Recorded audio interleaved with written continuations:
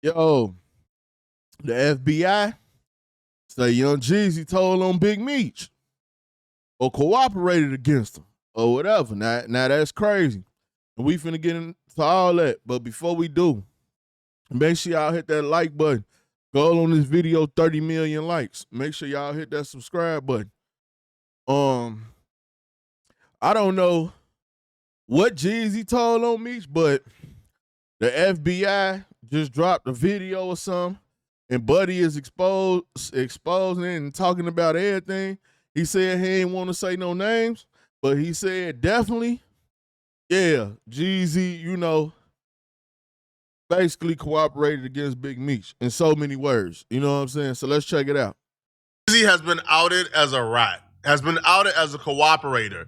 This time, he wasn't outed by Blue Da Vinci or Gucci Mane, his usual ops. No, he's been outed by the FBI themselves. The snitching allegations on Jeezy is actually centered around the two biggest storylines of his career: his beef with Gucci Mane and his association with BMF. Back in 2005, when Gucci Mane and Jeezy was beefing, their beef actually led to somebody being murdered, a man called Pookie Loc, which was really good friends of Jeezy. Now, the publicized story of this is Gucci Mane caught the body in self-defense. However, Gucci Mane was initially charged, then it was dropped due to self-defense, and we learned all about Gucci Mane's legal troubles due to this murder. But what's not told is that murder of Pookie Loc actually got Jeezy on the Feds' radar. And the Feds actually blame Jeezy more for that murder than they blame Gucci Mane. If you guys are kind of blurry about what exactly happened between Gucci Mane and Jeezy, let me, redraw your memory real quick. With Gucci Mane and Jeezy leading the way in Atlanta rap, it was only inevitable that a collab would come soon. In 2005, Gucci Mane and Jeezy would record 2 songs together. The first song was Black Tees, which was a response to Dem Franchise Boys' hit song White Tee, and the second song was So Icy, or just Icy. So Icy would go crazy in the streets almost immediately, and would then... And let me stop y'all right there. I hate it So Icy, goddammit. I hate it So Icy. It's crazy how much that I like Gucci now and I like Jeezy now, but I could not stand So Icy. And that's one thing I'm gonna say about mostly all the Atlanta rappers. They first song that usually break them out, I hate it. When Future did Racks on Racks, I could not stand it. I thought it was the worst song ever. Now, Future, one of my favorite artists. I always be like that. I don't know why.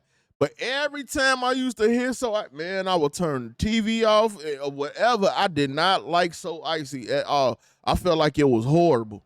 Then be featured as the main single on Trap House 1. The song was such a massive hit that even high schools across the country banned the iconic snowman tee that Jeezy wore in the video. But as time went on, rumors surfaced that Jeezy may have been upset with how things went. Although it's still not 100% clear why Jeezy was upset, we can assume it has something to do with the fact that he wanted the song to be on his upcoming album. He quickly took to the studio to release a diss track titled Stay Strapped, where at the end of the song he would put a $10,000 bounty on Gucci's So Icy chain.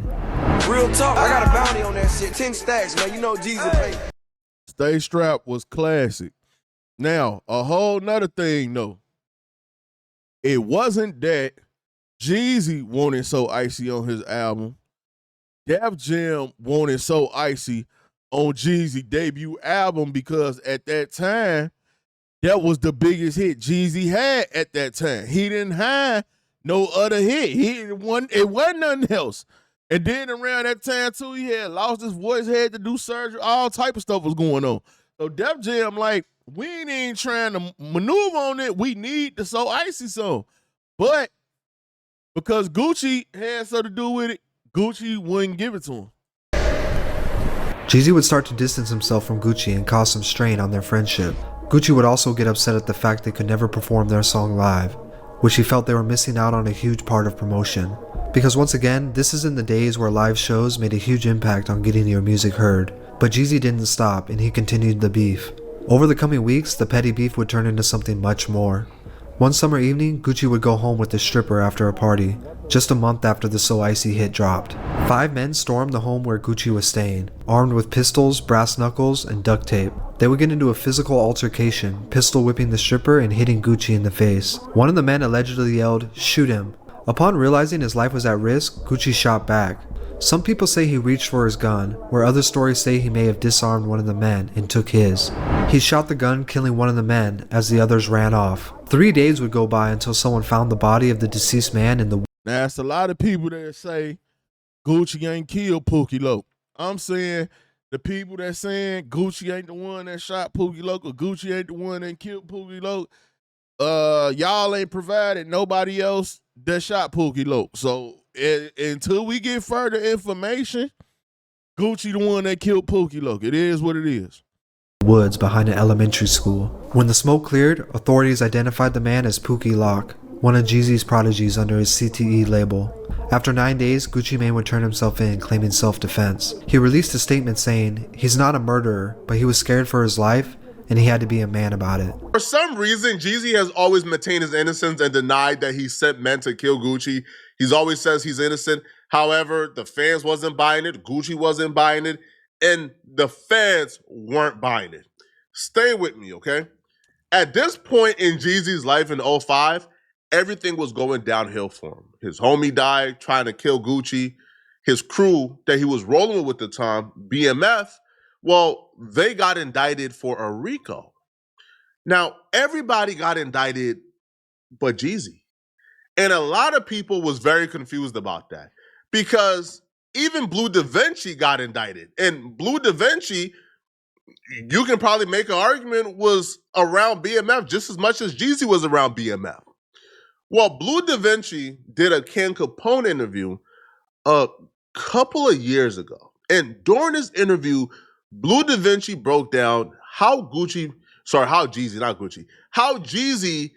got out of being indicted with BMF when the feds initially came and indicted Big Meech and everybody associated with BMF. In the grocery store at the line like, "Ooh, old white lady, do you know that Gunna told you was a bitch?" Like all that shit, bitch ass shit. I'm cut from a different cloth. I'm cut from the cloth that you got your information on whoever is the rat. And you got it in black and white and you understand what went on with such case or whatever. You feel me? So, you know, when it come down to me, it's just different. Was Jeezy in the paperwork? Hell yeah. Yeah. I mean, it's public information. You can look up right now on your phone. Man testifies about Jeezy's cocaine selling. Yeah, I ain't gonna lie though. Another thing that was crazy was a lot of people that got indicted with BMF said Jeezy gave them they bricks. Them niggas was telling like, hey, I got my work directly from the snowman. That's in the paperwork. Dudes was doing that. They told on Jeezy and the police still didn't go get him. That was kind of crazy. Type in your phone something like that. You're going to see one of the who name it lights. Ralph Sims, the same that told about the limo that tried to say I told. Ralph Sims, Ralphie. Told on Jeezy, told everything Jeezy ever did. Jeezy had like 12. Jeezy had more statements on him than me. What you talking about? That's crazy. But nah, he didn't get indicted because he did some more other shit. I feel like that. I know some things he did, like he turned Meech cars into the feds. The same Porsche truck and that Ferrari I was talking about a while before, he came to Miami and doing some lie detector tests about this gun case he caught one year in 06 when I went to go meet him. We had a shootout, not against him, but some other, like when me and him start trying to talk, some other popped it off with us and we end up having a shootout and he ended up going to jail for a gun. If anybody is familiar with that Miami case, him and Twin came back to do a polygraph test supposed to be for that shit. And the security said that the Meech cars pulled up on flatbeds, nigga, into the federal building when he went and did it, when he was inside for his meeting or whatever. So I know he turned in the cars. Ain't no telling what people be doing, bro. That's all I know he did. And then he told about the gun case that was already thrown out at the state level, and then the feds picked it back up. So everybody look up Big House. You look up Big House. He was a security for Jay-Z. He was a security for Big Meech. He was also security for Young Jeezy. Yeah, Jeezy put the people on his ass, and he'll let you know Look him up. He talking his story, and you know, you got all these people with these accounts of these people that's out here. Sorry, y'all. I just be the bearer of bad news because 10 years go by and people act like they ain't never heard nothing, don't know nothing. Like, hold on, the selective politics shit got to stop.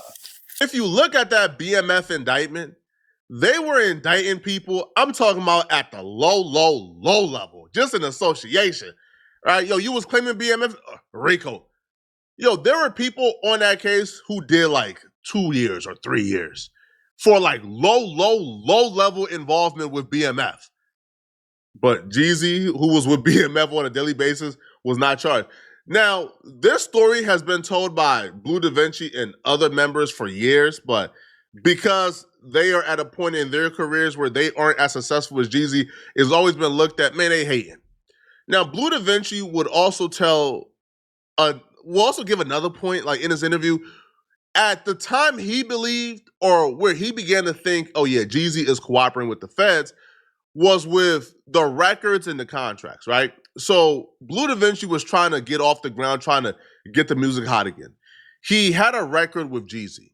Now, Jeezy was supposed to clear the record, sign the contract so it could go. He dropped the record and the record got pulled from the radio. That's because Jeezy never signed the contract. And he pursued that. And you're about to hear him explain how the pursuit of trying to get Jeezy to sign that contract led him to think, oh, Blue can't rap. I wouldn't have signed off on the record either. I wouldn't have did it either. I don't know though, but I guess if you be a Beth, then you got to, but Blue suck. No, nigga. I don't want to be on hot. I don't want to be on the radio with this nigga. The nigga ain't hot, he suck. I'm just saying, man. No, I ain't gonna lie though, dog. I heard some worse people than Blue though, so I ain't gonna say he was that bad, but I don't know. But yeah, Jeezy could have definitely went on here and did that. But at the same time, if the feds was looking at all of them at that time, I don't know, they probably would have went and got him in Blue, I guess. you're cooperating. And I pushed the record out. It was on Koch. It was getting promoted and all the shit.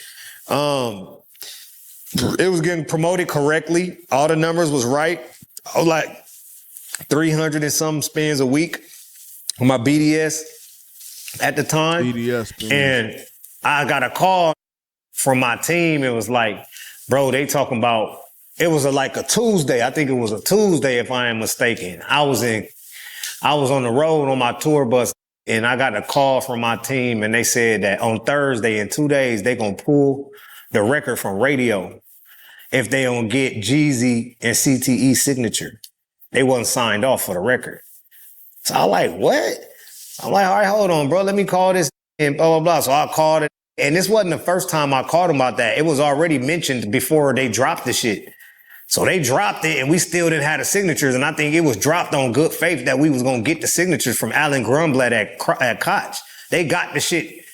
They worked it out with Clear Channel or whatever. So, you know what I'm saying? So the record could stay up there and they was telling them they going to have the paperwork or however it went. But them motherfuckers, I called Jeezy. He swear up and down to God in heaven. He signed off and all this shit. But I had my signature. Then my signature for BMF Entertainment as the owner. Then we had Alan Nim's signature from Koch.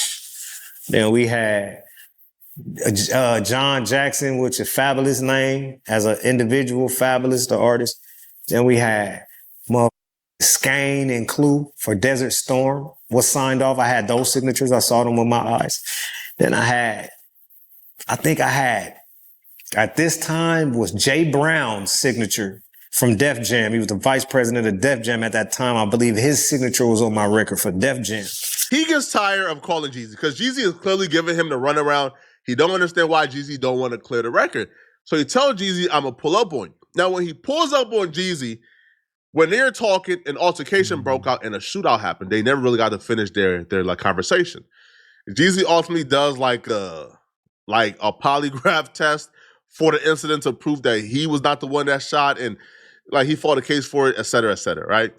But at the conclusion of this, Blue Da Vinci came to the conclusion, oh, Jeezy is cooperating with the feds, and the feds is probably telling him not to do anything to help out BMF or else he will get indicted. The next day I talked to him like, bro, where you at? I'm just finna pull up. I left my tour route and drove the bus all the way to Miami to go have a conversation with Jeezy about the record being signed off. And that's when that shootout happened that I was just talking about previously. I went to talk to him about that record. That's what the conversation was about. I was coming to meet him and confront him about the shit with all of this shit with me. And as soon as we start talking, Tula was walking down the street with dreads and they're like, oh shit, there go Jeezy, dog. And the other nigga like, oh, and Blue, that's Jeezy and Blue, nigga, that's BMF right there, nigga. Oh, bro, let us get a picture. And then my little cousin twin, big twin, he like, oh, nigga, they ain't taking no picture. You see they trying to talk, so the little like, and then the twin fired him, boom.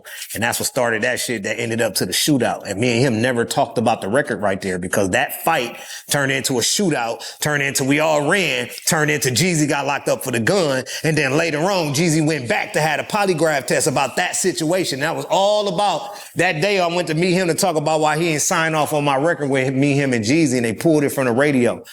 And I believe he couldn't because the feds had jacked him and told him, nigga, if you help these niggas, and the same reason why he couldn't do the deal with us. Same reason why he couldn't put his name on the contract, because the contract ensues help to BMF, and they struck his ass down and told him they were going to put your ass in prison if you continue to help Big Meech and Blue in that BMF shit. You're going to fully pull away from that shit. Like, there ain't nobody else stop quitting. Nah, the craziest part about that is I don't understand us telling you that you can't help BMF, but Jeezy said free Big Meech in 1 million different records. Jeezy was screaming BMF in 1 million different records. So what are we talking about? Like, wouldn't that still be? I ain't saying that's like giving money or nothing like that, but I'm just saying it's like, wouldn't that mean you still rapping BMF if it's all over your records, if free Big Meech is all over your record, if the music is worldwide, wouldn't the fans hear all that? So what would be the difference? Crazy.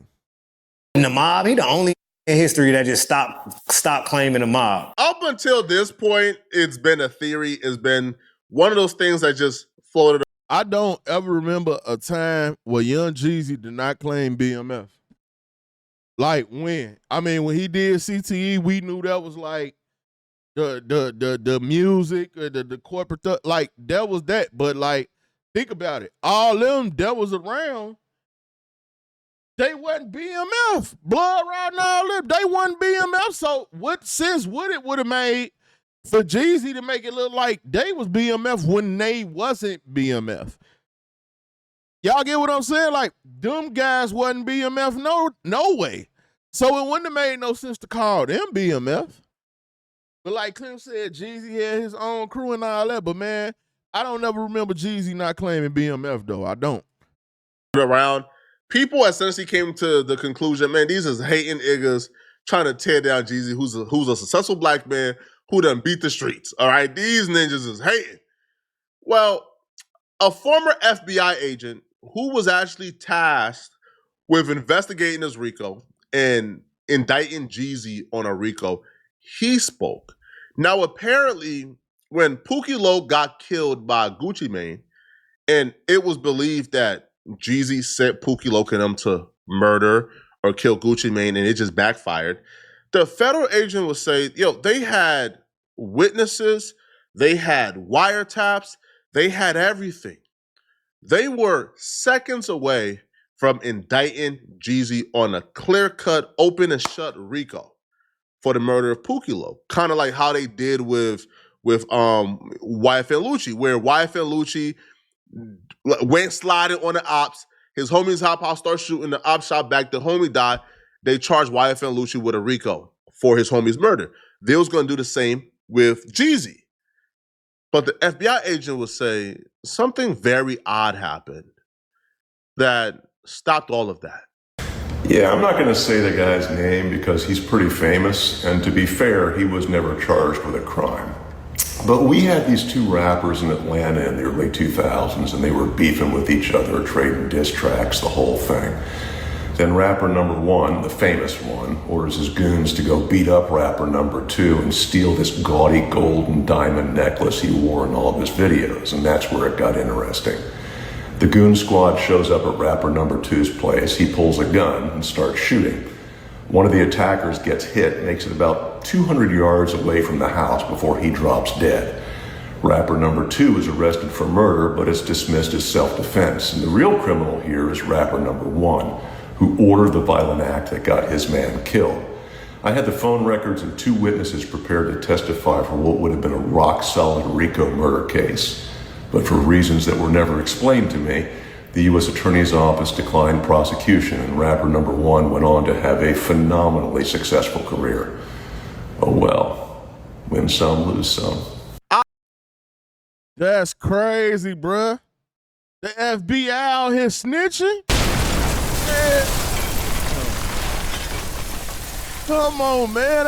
They had them snitches on the wiretap telling on Jeezy. Oh no. Come on, man. This is wild, bro. Who is dude, man? Like, did he make up? He say he a real FBI agent? Man, what's his name? Oh, Steve. Yeah, Steve. The dude named Steve. This is crazy, bro. I don't know, man. It's crazy. Obviously, he's implying that Jeezy told, because the feds just abruptly abandoning their plans to charge someone with a clear-cut RICO don't just happen without some form of cooperation. However, in the comment section, he only liked and responded back to 2 comments. The first comment he liked and responded back to was Jeezy and Gucci. And he says, I mean, you said it, I didn't. Playing it coy. The other comment that he responded back to and liked, also playing it coy, was, well, the BMF theory. Somebody commented, so Jeezy cooperated with the feds on Meech, so when this happened, he got a pass. That was what was being implied in the video. And by imply, I mean the FBI agent knows exactly what happened. He knows exactly what the theory is.